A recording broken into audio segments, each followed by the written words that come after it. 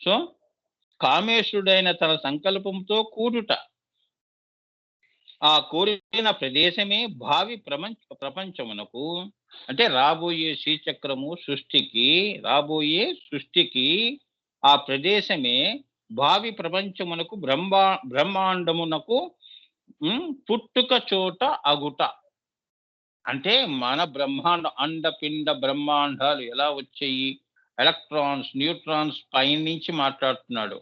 Light నుంచి sub atoms నుంచి atoms, atoms నుంచి మాలిక్యూల్స్, మాలిక్యూల్స్ నుంచి మ్యాటర్.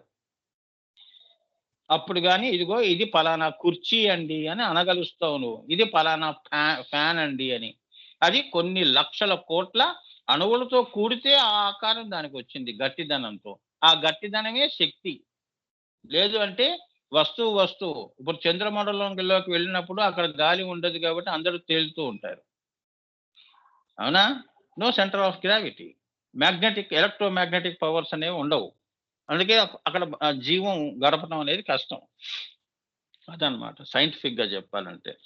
అంటే ఇదంతా కూడా శ్రీ లలితా సహస్రనామాలు కేవలం ఇది పుక్కిట పురాణాలు, పుక్కిట కథలను అనుకునే వాళ్ళకి చెప్తున్నాను. రాబోయే జనరేషన్స్ ఎవరైతే కూర్చుంటున్నారో ఇటువంటి నాలెడ్జ్ ఏంటో అనేది వాళ్ళు తెలుసుకోవలసిన అసలైన జ్ఞానం నేను చెప్తున్నానని. వాళ్ళు ఇంతవరకు తెలుసుకుంది మాయా జ్ఞానం. ద్వైతంలో జ్ఞానం తెలుసుకొని నాకు అన్నీ తెలుసు అనటం కూడా అజ్ఞానమే. వాళ్ళు శ్రీమంతులు కారు, మిథ్యావంతులు. శ్రీ విద్యావంతులు కూడా కాదు, మిథ్యావంతులు అంటే మాయావంతులు అని. ఏమా, శ్రీ విద్య తెలుసుకునేవాడు శ్రీ విద్యోపాసకుడు. ఏమా, దాన్ని సొంతం చేసుకునేవాడు అదే అగుట, అదే అయ్యాడు వాడు శ్రీమంతుడు. అమ్మతో కూడి ఉంటాడు వాడు ఎప్పుడు కూడా. వాడు అమ్మ పక్కనే ఉంటాడు. వాడు ఏది మాట్లాడితే అమ్మ మాటే. ఇంకా అర్థమైందా? వాడు శ్రీమంతుడు. అసలైన నీ సంపద ఏంటి అంటే అదనమాట. అమ్మ పాదాల దగ్గర నీకు స్థానం కలిపి నువ్వు తెచ్చుకోవటం, నీ భక్తి ద్వారా, సాధన ద్వారా, అదే నువ్వు శ్రీమంతురాలివి. దాన్ని మించిన గొప్ప సంపద ఎక్కడా లేదని. ఏమ్మా, సో బ్రహ్మాండమునకు కూడా పుట్టుక చోట అగుట, ఆ కారణం చేత ఆమె శ్రీమత్ అయినది అని. అంటే స్త్రీతో కూడుకొని అండపిండ బ్రహ్మాండాల్ని సృష్టి చేసినది అని ఇక్కడ మనం తెలుసుకోవలసిన విషయము. ఇది తెలుసుకోవటము, దాన్ని మనం అనుభవించటం, దాన్ని అనుభవంలోకి తెచ్చుకోవటం, అదే నువ్వు అవ్వటం. కేవలం జ్ఞానంగా పెట్టుకోకుండా దాన్ని అనుభవంలోకి తీసుకోవటం. ఇప్పుడు మనం కూడా ప్రపంచంలో అన్ని చోట్ల తిరుగుతూ ఉంటాం. ఇది చెయ్యాలి, అది చెయ్యాలని. అన్నిటిలో కూడా పరిజ్ఞానం ఉంటుంది, కానీ అన్ని కూడా అనుభవంలో పెట్టగలుగుతున్నామా? పెట్టలేకపోతున్నాం. ఇప్పుడు 64 కళలు ఉన్నాయి. 64 కళల్లో నేను నిష్ణాతురాల్ని కావాలి లేదా నిష్ణాతుడిని కావాలి అని నువ్వు అనుకున్నా కూడా అలా అవుతున్నావా? కావట్లేదు. అందులో 1, 2 కళల్లో నువ్వు గొప్పవాడు అవుతున్నావు. అవునా? సో ఆ కారణం చేత ఇది శ్రీమత్ అమ్మా, అదనమాట. శ్రీ అంటే ఏంటో, శ్రీమత్ అంటే ఏంటో, అంటే ఒక శ్రీనగరాన్ని నీ యొక్క పుట్టుక స్థానం, నువ్వు ఏది మాట్లాడినా ఈ 5 ఆకాశాల్లో ఓం భూ, ఓం భువ, ఓం సువ, ఓం మహ, ఓం జన, ఓం తప, ఓం సత్యం, బ్రహ్మలోకం వరకు కూడా దానిపైన అమ్మవారి బిందు, త్రికోణ బిందువులో ఉంటుంది కదా, అవ్యక్త ఆకాశాల్లో. నీవు అది తెచ్చుకొని ఈ భూమండలంలో నువ్వు శ్రీమంతుడివై తిరగటం అంటే అమ్మవారు తిరగటం లాంటిదన్నమాట. ఏమ్మా, రేపొద్దున ఈ యొక్క శరీరాన్ని నువ్వు త్యజించేసి నీ జ్యోతి పైకి వెళ్ళినా కూడా అక్కడ నువ్వు శ్రీమంతురాలివే. అలా పైకి వెళ్ళిపోతుంది జ్యోతి. ఎక్కడైనా కూడా ఈ లోకాల్లో 14 లోకాల్లో కూడా నువ్వు శ్రీమంతుడివే నాయనా. ఇది అమ్మవారి యొక్క ఆశీస్సులు అని చెప్తున్నారు ఇక్కడ. తెలుసుకోవాలి, అనుభవంలోకి తెచ్చుకోవాలి. కనీసం 100% మనం అనుభవంలోకి మనం అమ్మవారి గురించి రాకపోయినా ఆ చింతన కూడా చాలు, తపించినా చాలు. కృష్ణుడు కోసం రాధ ఎలా తప్పించింది? ఆ తపన చాలు. అది ఉన్నా చాలు. అమ్మ నీ దగ్గరే ఉంటుంది. అర్థమైందా? నేను అంతంత తపస్సులు చేయలేనమ్మా, అంతంత యోగం నేను చేయలేను తల్లి అంటే, కనీసం శ్రీ అనేది పెట్టుకొని నువ్వు తప్పిస్తూ ఉండు అంతే. ఆ! వ్యవహారాలు చేయొద్దా అంటే చెయ్యి. ఎవరొద్దన్నాడు? మాయలో నువ్వు చేయవలసినవి నువ్వు చేసుకో.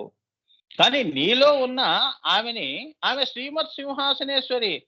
ఆ మాత్రం నీకు సమయం దొరకదు. మరి నీ యొక్క శరీరంలో ఆమె శ్రీమత్ సింహాసనేశ్వరి గదా! ఆమెని చూస్తూ పనులు చెయ్యి. ఆమెను చూస్తూ వంట వంట చెయ్యి. ఆమెను చూస్తూ నువ్వు కూడా భోజనం చెయ్యి. ఆమెను చూస్తూ మిగతా వ్యవహారాలు చెయ్యి. అంటే అమ్మవారి కనుసంజ్ఞంలో నీ జీవితం వెళ్ళని అని. అంతేగాని మాయలో వెళ్ళమని గాదు. అమ్మ దృష్టిని పెట్టుకొని అన్ని పనులు చెయ్యి. నేనిప్పుడు వంట చేస్తున్నాను. హ్రీం, హ్రీం అని మానసికంగా అనుకుంటూ చేసుకుంటూ ఉండు. ఆ కళ నీకు అమ్మవారు ఇస్తుంది. ఒకే మనిషి నిన్ను 10 పనులు చేయిస్తుంది. ఆశ్చర్యపోతావు నువ్వే. ఇన్ని పనులు నేనెలా అందరూ గూడా మిగతా వాళ్ళు గూడా చూసి ఆశ్చర్యపోతారు. అటువంటి వాళ్ళు లేరు భూమి మీద. హ్మ్. ఆనందఘన్ లాంటి వాళ్ళు, అలానే వివేకానంద లాంటి వాళ్ళు, రామకృష్ణ పరమహంస, రమణ మహర్షి వీళ్ళంతా లేరు. వాళ్ళు ఎన్ని పనులు చేశారు. పెద్ద పెద్ద కొండల పైన పెద్ద పెద్ద క్షేత్రాలనే పెట్టి వాళ్ళు నిర్వర్తించారు. లౌకికము, అలౌకికము రెండిటిని కూడా బోధించారు వాళ్ళు. వాళ్ళకెలా అయింది సవ్యసాచి. సవ్యసాచి అంటే 2 చేతులతో పనిచేసేవాళ్ళు. కేవలం కొందరు 4 రకాలుగా ఉంటాయి పనులు. కొందరు కన్నులతో ఆజ్ఞలు జారీ చేస్తూ మిగతా వాళ్ళతో పనులు చేయించుకుంటూ ఉంటారు. అదొక రకమైన పని చేయటం. కళ్ళు చేస్తాయన్నమాట. చేతులు, కాళ్ళు వాడు నుంచోడు. కొందరు ఒట్టి చేతులతో చేస్తారు. కాళ్ళకి పని పెట్టరు. ఏమ్మా కొందరు కాళ్ళతోనే చేస్తారు. అంటే ఇప్పుడు ఉదాహరణకి కాళ్ళతో చేసేవాళ్ళు ఎవరు? ఇప్పుడు కర్షకులు, రైతులు గాని, కొండలు చేసేవాడు కాళ్ళతో కూడా పని. ఎవరైతే మహాకవి క్షేత్రయ్య అనుకుంటాను. ఆయన ఈ కథ కరెక్ట్‌గా సరిపోతుంది. ఆయన శ్రీమంతుడు ఎలా అయ్యాడో చెప్తున్నాను. ఆయన పాపం కుండలు చేసుకుంటూ బతికేవాడు. కుమ్మరి ఆహ్, కుమ్మరివాడు. చేసుకుంటూ హరినామ కీర్తన మటుకు మర్చిపోయేవాడు గాదు. ఆ మట్టిని తొక్కుకుంటూ, పాటలు పాడుకుంటూ ఏమ్మా కాళ్ళకే పని జెప్పి పాపం ఆయన 2 పనులు ఏకకాలంలో జేశాడు.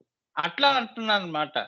నువ్వు ఏ పని చేస్తున్నా కాళ్ళతో చెయ్యి, కొందరు బుద్ధితో జేస్తారు. ప్రోగ్రామ్స్ ఇస్తారు. నువ్వు జెయ్యి అంటాడు కంప్యూటర్‌లో.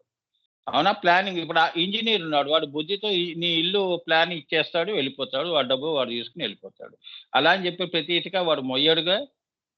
ఇట్లా అన్నమాట. ఈ పనులన్నీ ఎలా ఉంటాయి శరీరం మొత్తం కూడా పనిలో పెట్టటం. అంటే లౌకికంలో వ్యవహారంలో గూడా అమ్మవారి పని అని భావించి అదే వర్క్ ఈస్ వర్షిప్ అంటే అదనమాట. నీ పనిని నువ్వు ప్రేమించు. నీ పనిని నువ్వు ఆరాధించు. అంటే అమ్మవారి పనిని నువ్వు ఆరాధిస్తున్నట్టు. అది లౌకికం గాని, అలౌకికం గాని. అది మాయ గాని, అది సత్యం గాని. ఓకే. అట్లా ఉండాలి. కమిట్మెంట్ అంటే అదనమాట. నీ ప్రతి అంగము గూడా పనిలో నిమగ్నమై ఉండాలన్నమాట. ఉదాహరణకి వీళ్ళు చూడండి సైంటిస్ట్‌లు ఎలా ఉంటారు? వాళ్ళు పై వ్యవహారాలు మర్చిపోతారు. లేకపోతే వారికి ఈక్వేషన్స్ ఎలా వస్తాయి? E=mc² అని ఎన్నో ప్రకృతిలో ఉన్న సత్యాలన్నీ వాళ్ళు మనకి చెప్పారు. పుస్తక రూపంలో. అవే మనం చదువుతున్నాం. అవునా?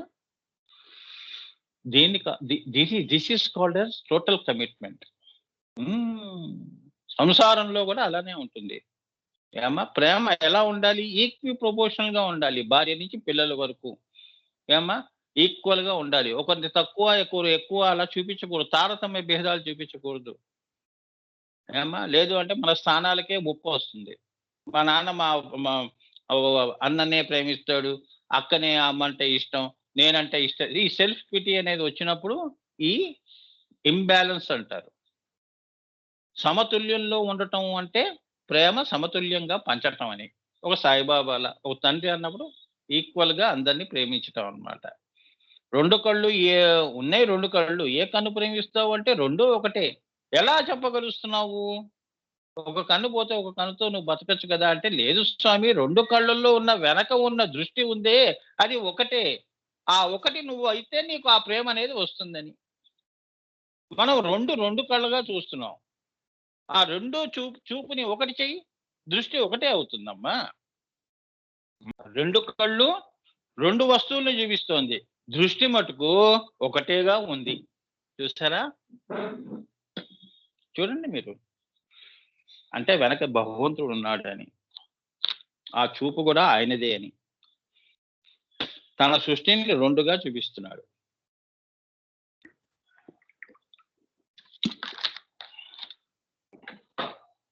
ఇదే మాయ. ఏనన్నా? 2గానే చేస్తాం పనులు. అవునా? సంకల్పము, కార్యము పెట్టుకుంటేనే కదా ఒక పనిలో నువ్వు నిమగ్నురాలవుతావు. అంటే దాని వెనక ఉన్నది ఒకటే. సంకల్పమే ఉంది. పనిలో 10 పనులు చేస్తూ ఉంటావు. ఈ అన్నిటికీ ఆధారం ఏది? నీ వెనకున్న సంకల్పమే. ఏమ్మా? శరీరంలో గుండె ఒకటే ఉంటుంది. 4 గుండ్లు ఉండవు గదా! ప్రతి అవయవానికి కదిలించడానికి అన్ని గుండెకాయలు పెట్టిందా అమ్మవారు? శరీరంలో ఒకటే గుండె అన్ని అవయవాల్ని గూడా నడిపిస్తోంది. అదే ఏకత్వం అంటే అలా అర్థం చేసుకోవాలి నాన్న. మనని మనం తెలుసుకుంటే లోకాన్ని తెలుసుకున్నట్టు. మనని మనం ఉద్ధరించుకుంటే లోకాన్ని ఉద్ధరించినట్టు. అదే శ్రీ విద్య. శ్రీ విద్య ఎక్కడో ఉందని కాదు, పుస్తకాల్లోనో, ఆకాశాల్లో ఉందని కాదు. నీలోనే మొత్తం శ్రీ విద్య ఉంది. నీలోనే అన్ని మంత్రము ఉంది. నీలోనే అన్ని తంత్రాలు ఉన్నాయి. నీలోనే అన్ని యంత్రాలు ఉన్నాయి. ఆ మాటకొస్తే నీవు కూడా అమ్మవారి స్వరూపమే. అందరిలో దైవాన్ని చూడటం కూడా, ఆ చూపు కూడా నువ్వు పొందటం అంటే అది కూడా నీలోనే ఉంది. నీవంటూ ప్రత్యేకంగా ఒక వస్తువును నువ్వు నిర్మించుకున్న లోకంలో నీవు అలా బతకట్లేదు. అమ్మవారికి విరుద్ధంగా లేవు నువ్వు. అమ్మవారి లోకంలోనే బతుకుతున్నావు కాబట్టి నీ చూపులు, నీ ఆలోచనలు, నీ యొక్క అన్నీ గూడా అమ్మవారి సొంతమే. నీకు అధికారం లేదు. అర్థమైందా? దేని మీద నీకు అధికారం లేదు. రేపు ఇలా ఉండాలని శాసించు, అలా ఉండదు. ఎందుకుంటుంది? ఉండదు.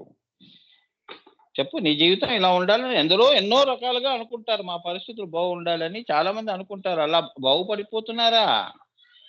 అమ్మ దయ ఉండాలి. ఆ! సో, మనం అనుకున్నవన్నీ జరిగితే ఇంక భగవంతుడితో మనకేం పని? అమ్మవారు మనని పరిధుల్లో ఉంచింది. ఈ పరిధి వరకే నీ యొక్క కాల దేశ చైతన్యం అనే పరిధుల్లోనే ఉంటాం మనం. 4 దిక్కుల యొక్క అందులోనే ఉంటాం. ఆ దిక్కులే మనని నియమిస్తాయి, నియంత్రిస్తాయి. అంతకంటే ఎక్కువ చేయలేం మనం. ప్రకృతికి విరుద్ధంగా వెళ్ళలేము. చూద్దాం స్వామి, ఇవాళ కాకపోతే రేపన్నా ఎవరన్నా మంచివాడు మాకు సాయం చేయకపోతాడా అని ఎదురు చూడటమే తప్ప మనం చేసేది ఏం లేదు. అమ్మవారి నామస్మరణ చేసుకోవడం తప్ప. ఆ మాటకొస్తే మనందరితో కూడా పనులు చేయిస్తోంది కూడా అమ్మవారే. సంకల్పాలు కలిగించి, ఒరేయ్ నువ్వు ఈ సంకల్పం పెట్టుకొని ఈ 24 గంటలు ఈ పని చేయరా అని చెప్తోంది. అదే పెట్టుకొని నువ్వు 24 గంటలు బతికేస్తావు మాయలో. ఏమ్మా?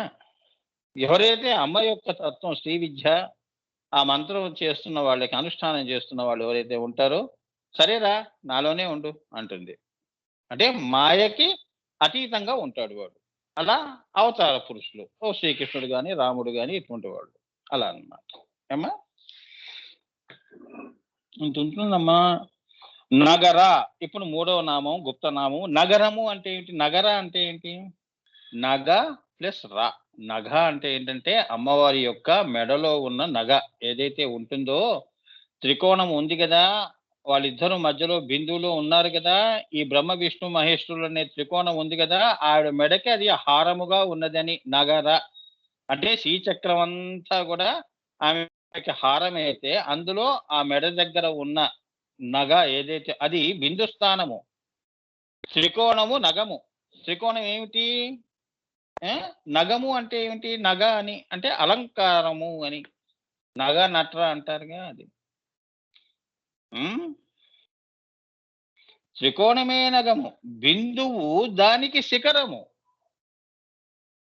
బిందువు ఏమిటి? ఆ నగరాకి శిఖరము అంటే ఏమిటి? పైన ఉన్నది అని. ఏమ్మా? అంటే అప్పుడు ఆవిడ మెడకి ఈ యొక్క త్రికోణము ఒక నగలా ఉన్నది అని. బ్రహ్మ, విష్ణు, మహేశ్వరులు. దానిపైన ఉన్నది అమ్మవారు బిందువు. ఆ ఆ బిందువు దానికి శిఖరము. ఆ నగరాకి శిఖరం అన్నమాట అది. ఇప్పుడు ఒక కొండ ఎక్కుతున్నాం అనుకోండి, కిందంతా ఎలా ఉంటుంది? త్రికోణాకృతిలో ఉంటుంది కదమ్మా కొండ. అవునా? అలా పైకి వెళ్ళావనుకో, టిప్ దగ్గరకొస్తావు. అంటే ఏంటి? శిఖరము దగ్గరకొచ్చినప్పుడు, అబ్బా! ఇదొక బిందువులో ఉందండి. కిందంతా త్రికోణాకృతిలో ఈ కొండ భలే ఉంది అంటావే, ఆ బిందువే ఇది అని అంటున్నారు. అదే నగర. అంటే సర్వ సృష్టికి గూడా బ్రహ్మ, విష్ణు, మహేశ్వరుల స్వరూపంలో వాళ్ళనక్కడ నియమించి, ఈ శ్రీచక్రం అంతా నిర్మాణం చేసింది అని ఆవిడ సంకల్పంతో. అది ఎంత అందంగా చెప్పారో చూడండి. ఇప్పుడు చెప్పండమ్మా, ఇంత ఆలోచన మీ మనసుల్లో ఉన్నప్పుడు మీరు ఎక్కడ ఉండాలనుకుంటారు చెప్పండి? గురు మరి ఈ భూతాకాశం కింద ఈ స్థానం బావుందా? ఆ పైన శిఖరంలో ఆ బిందు స్థానం నీకు ఆనందాన్ని ఇస్తోందా? ఇంకా కిందకి దిగితే ఆనందం పొందుతున్నావా? పైకి వెళితే ఆనందం పొందుతున్నావా? మీరే నిర్ణయించుకోండి. మీకు మీరే న్యాయ నిర్ణేతలు. నేను కాదమ్మా. ఏమ్మా? కిందకి దిగితేనే బావుంది స్వామి. మాయనే బావుంది. శరీరంగా మేము బతకడమే బావుంది అంటే కిందకి దిగిపోయేవాళ్ళు దిగిపోతారు నన్ను. ఎప్పుడు కూడా బిందువే బావుంది స్వామి. అన్నిటికి అతీతంగా ఉన్నది. ఏమ్మా? మరి అక్కడ ఉంటారా? అదే దాన్నే డెస్టినీ అంటారు నాన్న. ఏమ్మా? డెస్టినీ అంటే destiny is not a matter of chance. It's a matter of choice. ఆ చాయిస్ నువ్వే. అక్కడుంటావా? ఇక్కడుంటావా? అంటే నీ నీ నీ యొక్క మనసుతో ఎక్కడుంటావు? నీ మనసుని ఎక్కడ నిలుపుతావు? చెప్పు. ఈ 9 ఆవరణాల్లో నువ్వు ఎక్కడ ఉండాలనుకుంటున్నావు? అదే నీ గమ్యంగా పెట్టుకో. అదే నీ బిందు స్థానము అని. ఏమ్మా! అది నేను గురువుగా చెప్తాను. ఎవరి సంస్కారాలు బట్టి, ఎవరి యొక్క దివ్య సంస్కారాలు బట్టి, వారి రుచులు, అభిరుచులు బట్టి కొందరు స్వర్గప్రాప్తి ఉంటే చాలు స్వామి, ఇంద్రలోకం. ఓం భూ, ఓం భువ, ఓం సువ, ఓం జన, ఓం మహ, ఎన్నో లోకాలున్నాయి. ఏ లోకంలో నువ్వెప్పుడు ఉండిపోతావు అంటే అది బిందు స్థానమే అని మేమనుకుంటాం. అలానే మీరు గూడా ఇంతటి గొప్ప, ఎందుకంటే ఆ బిందువు పైన ఉన్నదంతా పరాశూన్యమే. ఆమెకి పైన ఎవరు లేరు. ఏమ్మా? పార్శ్వంలోను లేరు, అటు లేరు, ఇటు లేరు. ఆవిడే అన్నిటికి సర్వోత్కృష్టమైన స్థానంలో కూర్చున్న తల్లి. ఆ తల్లి పాదాల దగ్గరే నా యొక్క శాశ్వత నిలయము. అదే శ్రీనగరము. అదే శ్రీ నిలయము. నా ఆత్మ అక్కడి నుంచి వచ్చింది కాబట్టి, అది అక్కడికే వెళ్ళాలి అని దృఢ సంకల్పం చేసుకునే వాళ్ళకి, ఆ రకంగా వాళ్ళు ఆ పనులు చేయటం, అమ్మని తలుచుకొని, అమ్మకి అంకితం చేసుకుంటూ పనులు చేసేవాళ్ళు ఎవరైతే ఉంటారో వాళ్ళందరినీ అమ్మ దయ ఎప్పుడూ గూడా ఉంటుంది అని ఇక్కడ జెప్తున్నారు. అమ్మా! ఇది సంగతి.